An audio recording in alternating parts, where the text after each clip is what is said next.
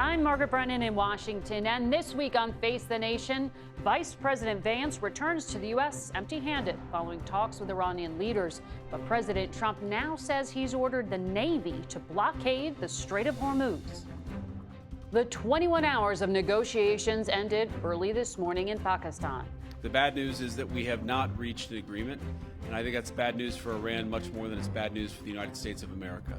President Trump and Secretary of State Rubio got the news while they were out for a Saturday night at the UFC fights. Earlier, Mr. Trump downplayed the significance of the talks. Whether we make a deal or not makes no difference to me. The reason is because we've won. What's next in the now 44-day war that has sent gas prices soaring around the world? Will the fragile two-week ceasefire hold? And what exactly is President Trump's goal in the conflict? We'll hear from the Israeli ambassador to the U.S., Michael Leiter, the top Democrat on the Senate Intelligence Committee, Mark Warner, and Republican Congressman Mike Turner. We'll also take a closer look at the war's impact on the global economy with the head of the International Monetary Fund, Kristalina Georgieva. And finally, a bleak week winds up with a very happy ending. It's all just ahead on Face the Nation.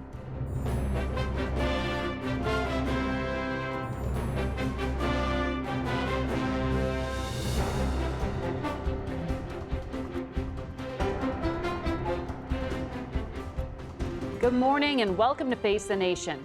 As we come on the air, President Trump is weighing in on the outcome of those talks in Pakistan, saying that, quote, most points were agreed to, but the only point that really mattered, nuclear, was not. He also says the U.S. Navy will begin a blockade of the Strait of Hormuz and that any Iranian who fires at us or peaceful vessels will be, quote, blown to hell. There's no word on what Mr. Trump is suggesting was agreed to at this point. According to our new CBS poll, there is increasing concern about the president's handling of the war and its impact among Americans. Those factors and more add up to a new low in President Trump's overall job approval rating for his second term. The inflation report out late last week did not help. It was the worst of Mr. Trump's second term, showing a monthly jump we hadn't seen in nearly 4 years.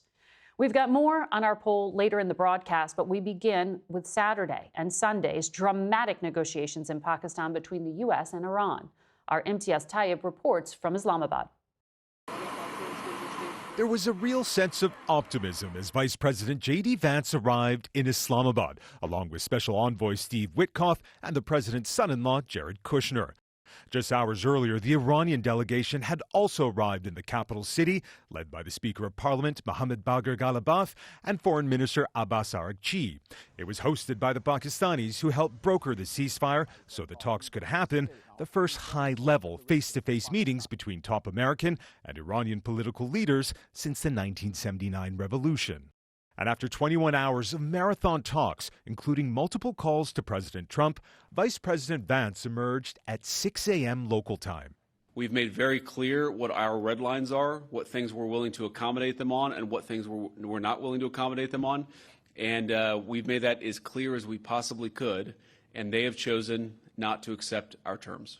According to Vance, the key sticking point was Iran's refusal to agree to never develop a nuclear weapon. Iran's foreign ministry spokesman Ismail Baghai said the U.S. made, quote, excessive demands, but downplayed the apparent breakdown. One should not have expected that we could reach an agreement in a single session, he said. And while that may not have been the Iranian delegation's expectation to end the punishing 6-week war, the U.S. delegation left the talks more definitively. We leave here with a very simple proposal, a method of understanding that is our final and best offer. We'll see if the Iranians accept it. Throwing into question whether the shaky ceasefire would hold, if further talks would be held, and whether U.S. forces would return to direct combat. Mushahid Hussain Sayed is a member of the Pakistani Senate. Are the talks dead, and will we see the war restart? No. Talks are not dead. There's a stalemate. But the fact is that top leadership met face to face. That's almost a miracle. And Pakistan pulled it off. So I think that says a lot. That shows that both sides are ready, able, and willing to seek a deal. And the Pakistani government has said it was, quote, imperative the U.S. and Iran uphold the ceasefire and that it would also try to host further talks in the coming days, Margaret. Talks which could determine the fate of the Strait of Hormuz and a conflict which has seen global energy prices soar and thousands of people killed. That's Imtiaz Tayyab in Pakistan. For more on the peace negotiations, we are joined now by Israel's ambassador to the United States, Dr. Michael Leiter. Good morning. Welcome back to the program. Good morning, Margaret. Good to be with you. Israel and the U.S. have been lockstep in this war to date. You heard the vice president sort of leave the door open to diplomacy, but President Trump also said this morning the U.S. is locked and loaded for an appropriate moment. Is it your understanding that Israel and the U.S. will hold fire until the end of this 2-week ceasefire? We have to remember that the president has been relentless in pursuing an end to this crisis through talks. The talks preceded the June war. Talks preceded Epic Fury. The talks are going on now. And I think that if we can conclude this crisis with Iran, with this regime, this tyrannical regime that's pursuing nuclear weapons, without going back into kinetic activity, it would probably be best for everyone. The president continues to pursue that. But right now, they saw face to face. The vice president sat opposite this fellow Galibaf, who's directly responsible for the murder of his own people just in January, this past January, and just saw how obdurate and obstinate they are in pursuit of nuclear weapons. When you said the talks are still going on, is there any level of U.S.-Iran contact at this point? Well, you know, the president gave the issue 2 weeks, and we're just into the end of the first week. So there is another week left for the potential for continued talks. Okay. We know the Iranians. We know this regime. We don't think they're going anywhere, but it's important to give it a chance. Vance said we need to see Iran give affirmative commitment to not seek a nuclear weapon or the tools that would enable them to quickly achieve a nuclear weapon. Is your understanding that the U.S. position is zero enrichment, or are they still leaving the door open that Iran could have a civilian nuclear program for medical purposes? Civilian nuclear program doesn't entail enrichment. There are 57 countries with a civilian nuclear program that don't have enrichment. But they want a little bit, you know that. No, if they have a little bit, then they can have a lot. To move from 60%, which they had, to 90%. Look, you don't build these production plants deep underground if you're doing it for medical purposes. You have nothing to hide. These people lie. We shouldn't be surprised when people who murder their own also lie. This has been their pursuit. They've been chanting for 47 years, death to America, death to Israel. Right. That's their goal. Let's not be paternalistic about it. But we're negotiating with that same regime right now. We're trying at the same time to add, we're negotiating them. We're negotiating them after eliminating their Navy, after eliminating their Air Force, after degrading their leadership. Hopefully, they'll come to their knees and say, we're surrendering. Well, the president has said the war is won. Your prime minister said the work is not yet complete. Specifically, what part of Iran still poses a military threat to Israel? Do you still consider it an existential threat? Well, there are three things that we have to be concerned with from the beginning. Number one, the pursuit of a nuclear weapon. If they go back to that pursuit, that concerns us. They say Number two, ballistic missiles. Okay, these ballistic missiles, they promised, by the way, that they don't have a ballistic missile that could reach Europe. They lied. We saw that they do. You're talking about the firing on Diego Garcia. The firing on Diego Garcia. They said it was limited to 2,000 kilometers. We see now they've got 4,000 kilometers. It's just a sprint to 8,000 kilometers and to hit Chicago or Tenafly, New Jersey. So that has to be dealt with. U.S. intel says 9 years. And proxy. Well, our intel says less than 9 years. Okay? Yeah. And our intel has been accurate on this from the very beginning. Okay? Now it was clear. We said that they're in a sprint to achieve nuclear weapons. And Mr. Witkoff came back from the talks beforehand and said they came in, they walked into negotiations and said, we've got 60% ready for 11 bombs. Yeah. 11 bombs at 60% means that you got a week or two till you got 90% and weapon grade. And the last thing, Margaret, are the proxies. Okay, this isn't over until there is a complete delinkage between Iran and its proxies, which have spread death, mayhem, and destruction around the Middle East. I want to come back to that in regard to Hezbollah. But just to finish what you're talking about with intelligence, there was this highly detailed New York Times report this past week. I know you read it. Extraordinary journalism that detailed this February 11th meeting where your prime minister pitched President Trump on bombing Iran. It said the Israeli plan was to kill the Ayatollah, done, cripple Iran's ability to threaten its neighbors, spur a popular uprising in Iran, and then conduct regime change, leaving in place a secular leader.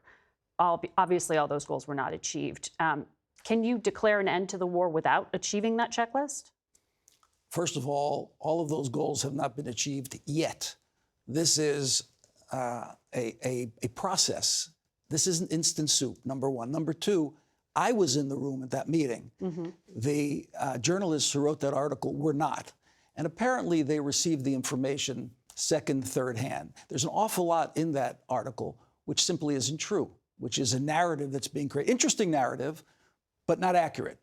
So I'd be very careful about quoting from that particular article. Well, specifically, what did they get wrong? Because they say your intelligence services, the Mossad, argued the Iranian regime would be so weak it could not choke off the Strait of Hormuz. That was wrong. Iran would have the minimal... No, we didn't argue that. We argued the potential, that we've got to work towards that. Nothing was presented as a fact, that if we do this, this will be the outcome. It's not science. Politics is not science. Military operations are not science. We presented the case that this is what we think should be done. The president makes a decision. This whole thing about the prime minister coming in and dragging the president into this, it's all, for publicity purposes. Did Mossad believe that there would be protests that would overthrow the regime and that Kurdish fighters would enter through the north? The Mossad thought that, as we saw in January, hundreds of thousands and millions of people rise up. The potential for that happening again is even greater now. And we still think it's very great. We still think that could materialize over the next couple of months. Then why but there's negotiate no guarantee with the same regime that is suppressing those people? Well, you can negotiate. Is Israel really supportive of this diplomacy? We're supportive of the president and his efforts. Okay, we've been in lockstep from the beginning, in the planning, in the implementation, and we're going to end this thing together as well.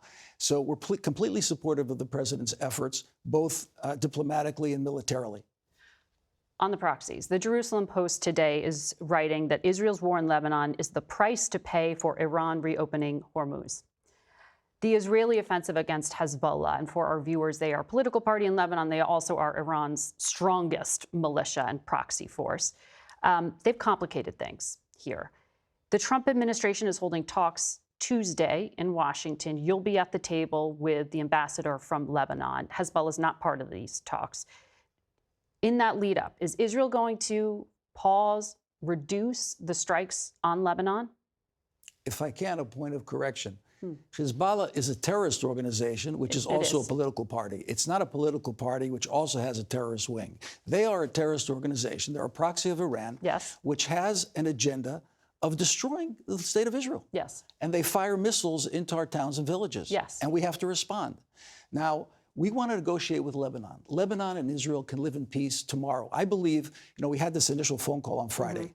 It was a conference call between myself, Lebanese ambassador, the U.S. ambassador to Beirut, all moderated by the State Department official, Mike Needham. It was a great conversation. And the thing we all agreed upon, that if we just put Hezbollah on the side and just Israel and Lebanon negotiate peace, 2 months, 3 months, we've got a complete peace agreement. But let me just follow up. You said Israel has to respond. That's different when it comes to responding to a strike from Hezbollah versus the kind of bombing that we saw this past week, particularly on Wednesday. The airstrikes killed more than 350 people that day, a third of them women and children and the elderly, according to the Lebanese Health Ministry. The vice president said Israel had agreed to check itself with these strikes, and the president said he spoke with Bibi, your prime minister, and he said he's going to low-key it. Can you explain what low-key bombing means? Is this a reduced cadence and volume of strikes from Wednesday? What exactly did the U.S. and Israel agree to? Reduced cadence, up cadence. Operational issues aren't discussed on Sunday morning on television. What we discussed is that we're going to be in tandem with the president's efforts in the Gulf, and we support the president's efforts. Right now, we are pursuing those who are shooting missiles against our civilians. And the Operation Wednesday was targeted against operation centers of Hezbollah. Now, what they do... You dispute those Lebanese government figures of civilian of course. deaths? It's like Hamas releasing figures from Gaza, their health ministry. You're negotiating with the Lebanese government. Absolutely. But sometimes there's this attempt to paint us as, going after civilians. We're going after, in a targeted fashion, the terrorist infrastructure. That's what we focus on. Now, what they do, Margaret, is they put their operation centers, their terrorist centers, among civilians. Now, we tell them to get out. They don't always get out, but we do what we can. Hamas does this in Gaza by building their bases within civilian centers.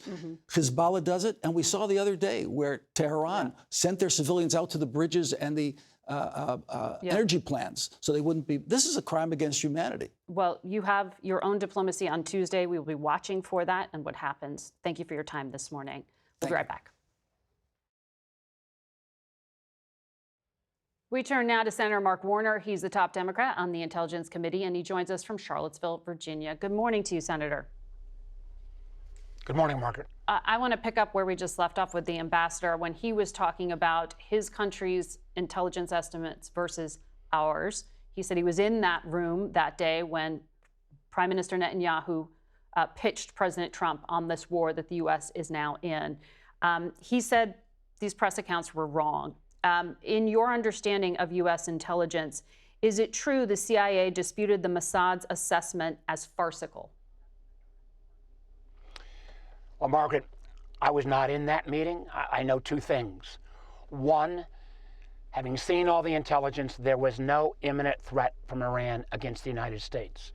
And two, I take my former colleague and now Secretary of State, Marco Rubio, at his word when he publicly said, well, we knew the Israelis were going to strike Iran, so we felt we needed to go ahead and strike first since Iran would attack us. So we are where we are, but no American should forget this is a war of choice chosen by the president.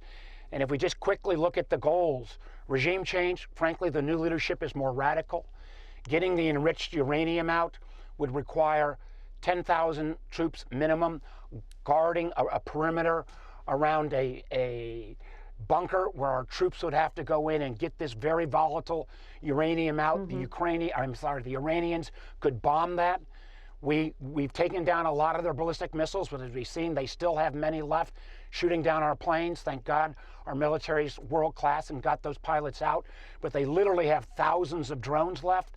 And this question about what the president's going to do with closing the Strait of Hormuz, the Iranians have hundreds of speedboats where they can still mine the strait or put bombs against tankers. In closing the strait, how is that going to ever bring down gas prices? Well, two things on that. Just to follow up, that 10,000 troop requirement, is that an official government estimate? And is that in the midst of combat, or is that with Iranian government permission to have boots on the ground? This has been known for. There is a reason. The Iranian regime is awful. I agree with the ambassador on that. They've been awful for 47 years.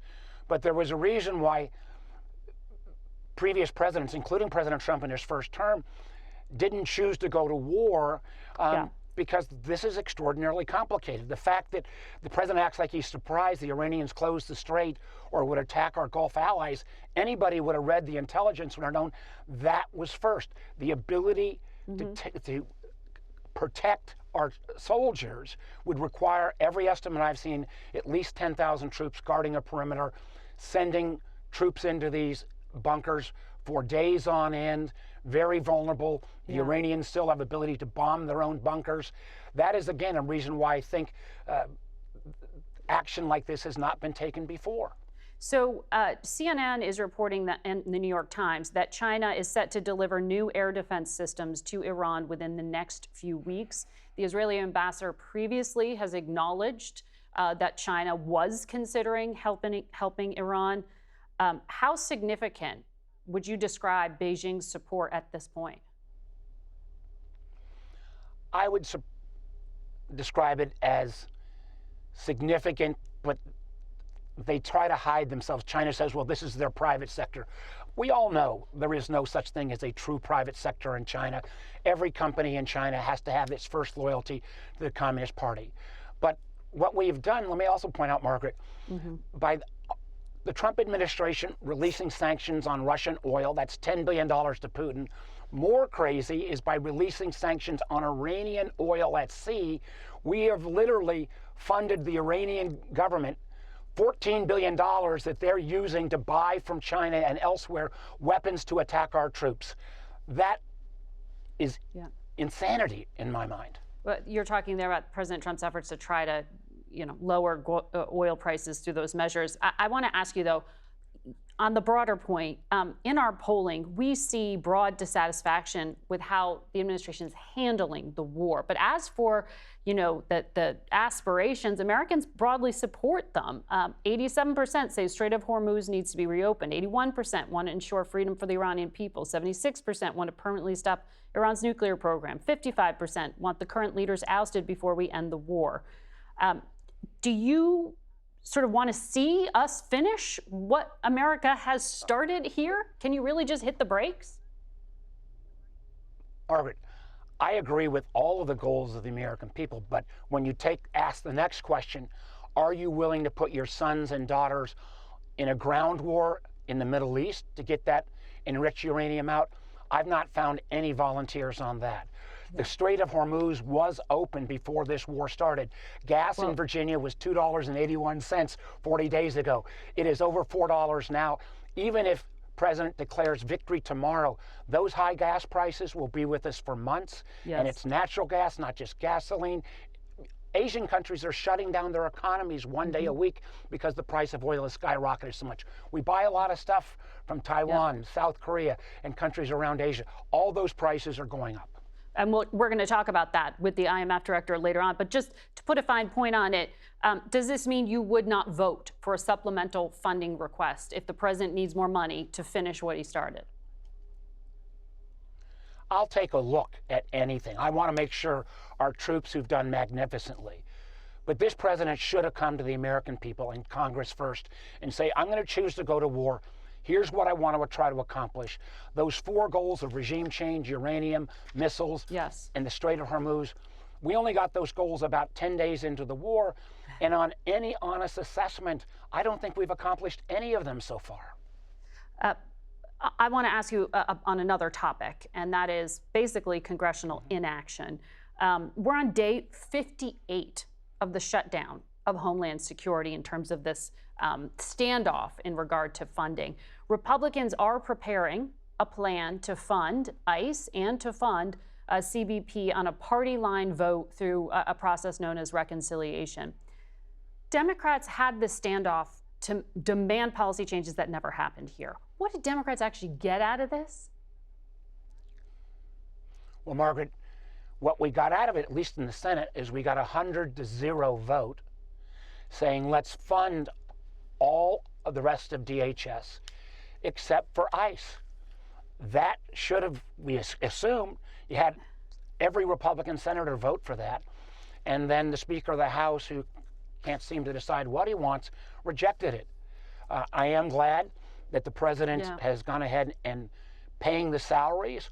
But I think if you ask your same poll questions, do the American people want ICE running around cities, frankly, arresting not only undocumented, but Americans and putting Americans' life in jeopardy, as we saw in Minneapolis? I don't think they want that going on as well. Okay, Senator, I have a hard break I got to take here. Thank you very much for joining us. We'll be right back.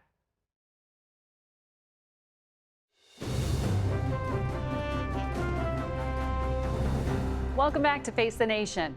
Americans are growing increasingly concerned about the war with Iran and its impact. Our latest CBS News poll finds as the approval of Donald Trump's handling of the conflict has dropped to 36%. Back home, the president's ratings on handling of inflation are at the lowest level of his second term, with only 31% approving. For more, we're joined by our Executive Director of Elections and Surveys, Anthony Salvanto. Good to have you here, Anthony. Morning, Margaret. So what exactly are Americans telling you? Well, when I just asked how this war is making you feel, the top answers people give are worried and stressed. Let's unpack that. Why? When they look overseas, they see a lot of important goals for the U.S. Big bipartisan majorities think it is important too. You can go down the list. Stop Iran's nuclear program. Make sure the Iranian people are safe and free. Change the regime, change the leadership in Iran, and most important, open the Strait of Hormuz. And what you see is interesting is when you juxtapose that and ask them, well, have those things been done? You see a dramatically different answer because very few people think that they have. What that collectively tells you is this looks to people like unfinished business. There are goals. OK, the war began. Not everybody liked it. But now they're saying make sure it pays off in ways that come back to the U.S. And let me pick up on that word pays off for a second, because when they talk about opening the strait, so really talking about gas prices. Right. And what we've seen is people here telling us those higher gas prices are a financial hardship, difficult to pay. And so that is having an impact both on their views of the economy more generally, as well as their pocketbooks. And you mentioned those ratings at the top. Look, sort of like first rule of politics, gas prices and prices go up and approval ratings start to go down. Well, the president always uses social media to make, big statements of intent. A few days ago, he posted a particularly incendiary one. It said, quote, "A whole civilization will die tonight, never to be brought back again. I don't want that to happen." That statement drew rebukes from even some of the president's closest supporters, as well as the Pope. You gauged reaction to that rhetoric. What did the American public think? So by the time we got to talking to them, people had heard and seen that post. And when we showed it to them, the general view was they disliked it. There were some who said, OK, a little bit more like, and those were folks in the MAGA base, not all, but relatively more. But it's also a window into how people process some of these statements, and we've been looking at this for 10 years, that are, if you will, shattering norms or changing the way things have been done in the past.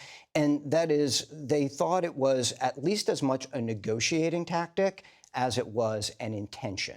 So how does all of that impact how the public views the president's leadership? So one consistent thing through this war is that most people have said they don't feel the administration has clearly explained the goals.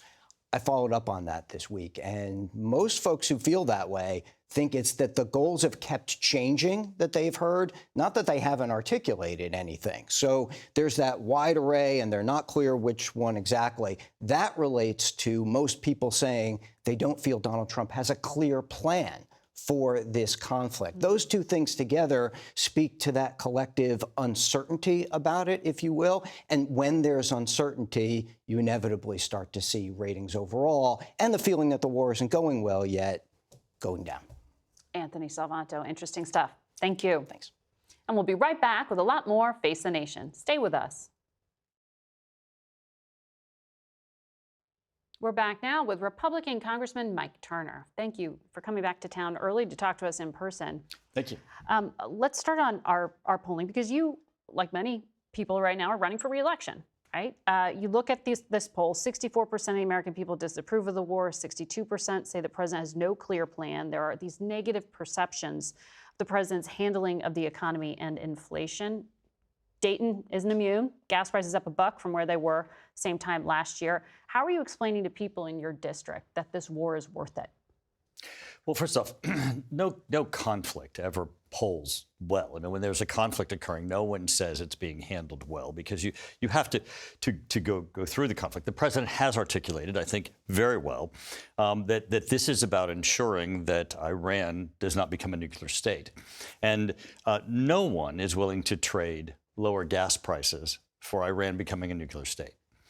And when Vice President Vance stood at the podium and said that the negotiations had broken off because Iran was not willing to declare that they would not become a nuclear state, that should have sent a chill both through Europe and around the world. And I think, for everyone, because that truly is what this is about. That puts away what Senator Warner was trying to dismissively say, that this was not an imminent threat, and what everyone else has been saying in Europe and around the world. Well, the president says it's an ambition. But that this is an immediate. The IAEA, Grossi, the director, had said they were weeks away from having enough material to have. He said there was no evidence that they were pursuing a nuclear weapon. He said they were weeks away, and now you have it. No longer can people say that they did not have the ambition. Here they are, all the way at the table. They have been in this massive conflict, and they're unwilling to say they're not going to pursue. They're unwilling to pursue a nuclear weapon. Preventing that. However, the negotiation itself is proof of the fact that militarily you cannot achieve destruction of nuclear ambition, is it not? No, it's not, because they're still ongoing, and the president has What's said ongoing? This conflict, this act, the negotiations. But the president said the war's won. This is not over, and as it's not over, Iran is going to have to come to the realization the JCPOA, the original enrichment deal that Obama had negotiated, where he said, we're not going to allow them to have a nuclear weapon, but we're just going to watch. And they didn't have a nuclear weapon. And where we're going to watch. And they don't have a nuclear weapon And we're going to now. watch them enrich until they get close enough, and then we'll take military action. Europe, everyone was a party to this deal. This is not just but the a president's saying United they States. still won't agree to This not is get a not nuclear just weapon, a and you United can't stop States them. issue. As we saw during this conflict, where Iran, in their missile technology, sent a missile all the way to Diego Garcia. This was a wake-up call for Europe. They now have missile technology that can reach Europe. Right. This is a terrorist regime that we cannot allow to have a nuclear weapon. So you said the president has been very clear here in his goals and intent. Our polling shows the American people aren't persuaded in the same way you are. Let me run through some of the things he said on the Hormuz Strait. At the outset of the war, March 3rd, he said the Navy would begin escorting tankers. No matter what, the U.S. will ensure the free flow of energy to the world. March 9th, he said he was still thinking about taking it over. March 15th, he said it was someone else's problem. Our allies would take care of it. Maybe we shouldn't even be there. We don't need it. We have a lot of oil. 6 days later, he threatened online the U.S. would attack Iran's power plants if it didn't open the strait within 48 hours. March 26th, he went back to blaming allies, saying he's disappointed in NATO. Margaret, in conflict, and then there's he going announced to be, a 2-week ceasefire, saying to Iran be had agreed to open the strait. I'm not done, because yesterday he said that CENTCOM announced they're sending 2 ships to set the conditions for clearing mines. This morning, he said the Navy's going to start blockading the strait and interdict ships. Is that the final answer? I mean, can you see here why the public doesn't think that the president has a clear strategy? Your adversary has a vote in this, too, and they have a position in it, too, which there were just negotiations just yesterday. They changed with the Just days. yesterday, there were negotiations, and literally, Iran had an opportunity just yesterday to say to the world, we're not going to pursue a nuclear weapon. Can you imagine? But the on the largest Strait of Hormuz, exporter which is the thing that's causing your gas prices in Dayton to go up, having a nuclear weapon, they have been asking you. enriching. They have been enriching uranium. They've been enriching to the point where the IAEA, the head of the IAEA, said they were weeks away from having enough to have a nuclear weapon. There has not been a single congressional hearing on this issue. No one's disagreeing. It's an important one. Since this war began, you have been in session for 11 days, Congressman. For decades. Do you think this is adequate oversight? There have been of this war? Decades of, well, actually, we have had classified briefings on this issue. Now, this is an ongoing conflict. There are going to be continued briefings. I think the administration certainly could, and the chairman of the Armed Services Committee has chastised the department on needing to provide Congress with more information, but we've had classified briefings. But the issue that's the crux of this, that Iran cannot be permitted to have a nuclear weapon, which is what the vice president stood before the world and said, that Iran is unwilling to declare just yesterday, which was the breaking point of the negotiations, has been the subject of hearings for decades. Do you know what the president means when he says that the United States Navy is now going to be blockading the Strait of Hormuz that we are trying to open? Has that been briefed to Congress? I think, well, of course not, because it was just announced yet, as you were discussing this morning. Well, if it was a clear strategy all along, and this was part of the plan, you would think it happened. What is clear in the strategy, as the president has said, is the straits are not just a United States issue. It is also a Europe issue. It is a worldwide issue. And Iran should not be permitted. Iran should not be permitted to control the straits. And it's not just a United States issue. Did they mine it? And Iran should not be permitted to just decide who gets through. And Europe, our NATO allies, others who have certainly an interest in the straits, should be coming to the table. And it should not just be a U.S. issue. The president, by saying, we're not just going to let them decide who gets through, is certainly calling all of our allies and everyone to the table of this needs to be addressed. Did they mine the Strait of Hormuz? Because in that tweet today, the president also said they might not have. Well, I think, because he said no I think you'll have to ask the president. But it's his that's tweet. The point, that Congress has not been briefed on that. As a member I think you'll on have to ask the oversight president. and armed services, do you feel like this has actually been adequately explained to you? Because the American public does not. The president just tweeted this morning, so you'll have to ask the president. We would love to ask the president or I the bet you Secretary of State or the Secretary of Defense. But members of Congress from his party are the only ones sitting here today, and we do appreciate you answering questions on it. Thank you, Margaret. All right, we'll be right back. On Friday, we spoke with the managing director of the IMF, Kristalina Georgieva, here in Washington. And we began by asking her about the war's impact on the global economy. How do you calculate the economic shock from this Mideast war? We look at the size of the impact and the duration of impact. And what I can tell you is that this shock is large. 13% of oil, 20% of gas that would have flown in the world is now stuck for 5 weeks and counting. Mm-hmm. It is global. Everybody uses energy. Everybody feels the pinch of prices going up. And it is asymmetric. It affects different countries differently. If you are in the vicinities of the conflict, it's a big hit on you. If you are an oil importer, it is a big hit on you. If you have no reserves to protect yourself, you're in a very tough situation. It appears like Asia bore a lot of the economic impact here. South Korea, they've got a big computer chip industry. They have called on their citizens to conserve energy. India, they're rationing energy. The Philippines had a national energy emergency. The Australian gas stations are running out of fuel. It seems like there's a large part of the planet that's really in pain. Oh, yes. People are hurting. They're hurting because of sheer lack of quantities.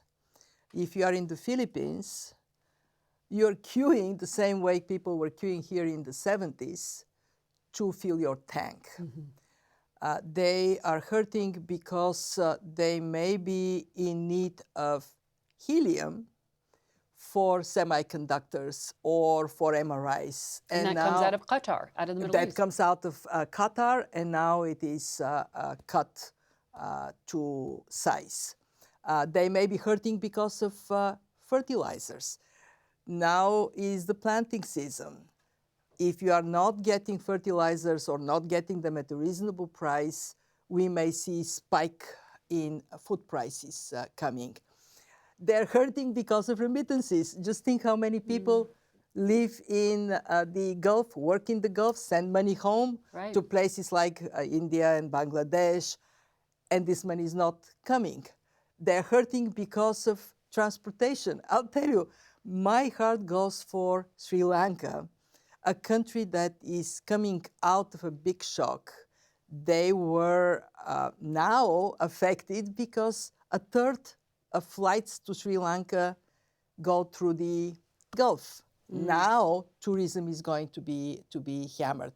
So for many, many reasons, countries are affected. And when you look at the size of the impact, it depends on how much your reliance on imports is, but it also depends on what is your fiscal position. Do you have capacity to absorb the shocks? Guess who has least capacity? Poor, vulnerable countries. Whether they are in Asia or in sub-Saharan Africa, they're being hammered dramatically. And when we discuss our response, we will zero in on these highly vulnerable countries. Here, Americans, they're still spending, they're still driving, but they have seen inflation go up, prices at the gas pump. Right. I mean, the U.S. is in the category of countries that are somewhat less impacted because the U.S. is energy exporter. But as I said, everybody feels the pinch of prices going up. Why? This is a negative supply shocks. You have less energy, but the demand is still the same. What happens? Prices go up. And here in the United States, people have not quite yet seen inflation going down to target. We were projecting this to happen by early 27. Now that may be somewhat delayed. And what does it mean? It means that people experience a tax on their income. Who is most affected? Of course, low-income part of the population. Well, at one point, oil prices surged nearly 50% because of this war in Iran. And you called it the largest disruption to global energy markets in modern history. As increases, as you said, to fertilizer, to other prices that are going to push up food. Do you see this impact stretching through 2026, even if we get a ceasefire that sticks? So the impact is baked in because already the tankers that should have arrived in Asia have not arrived, right? So we already have that impact. But then on top of it, we have the infrastructure impact. 72 energy facilities have been hit, 1/3 of them severe damage. You take the gas field in Qatar, it would take 3 to 5 years to reach its full capacity.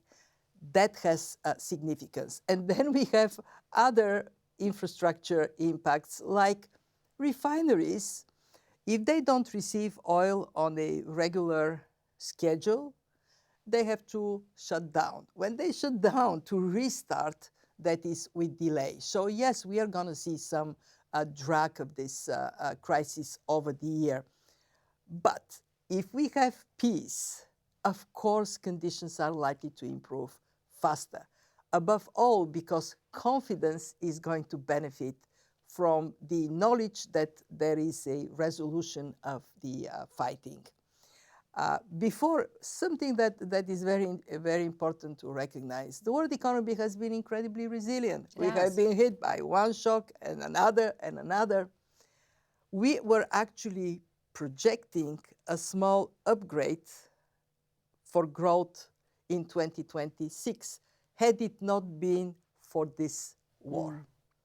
Now we are going to have a downgrade, and the size of this downgrade will depend on these two things: duration and speed with which everything can come back to the same level of production that we had before. Do you think that global economists really overestimated the negative impact of the Trump tariffs?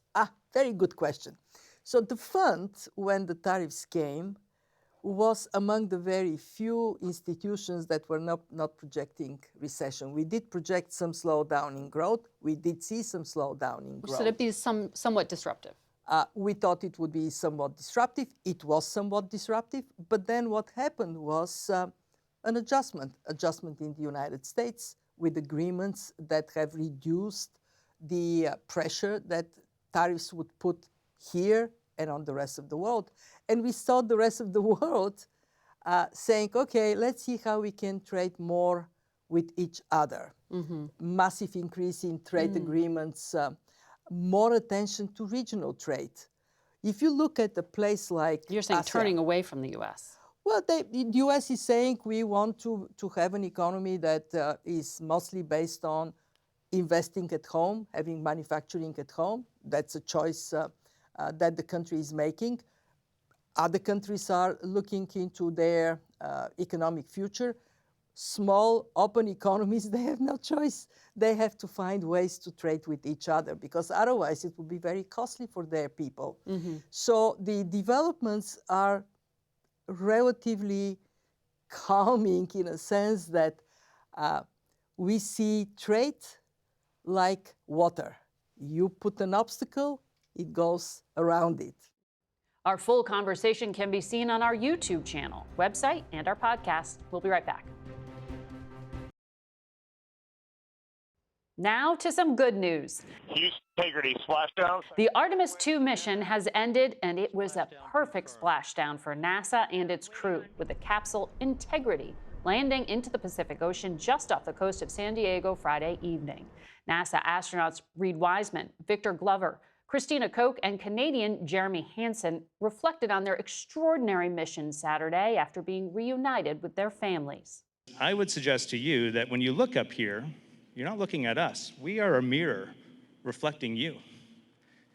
And if you like what you see, then just look a little deeper. This is you.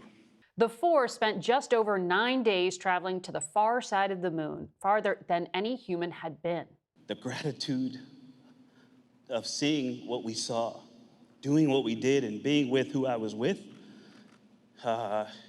it's too big to just be in one body.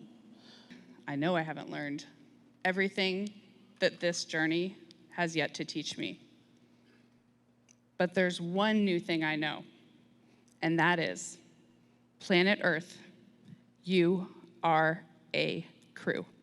It's a special thing to be a human, and it's a special thing to be on planet Earth. That's it for us today. Thank you all for watching. Until next week. For Face the Nation, I'm Margaret Brennan.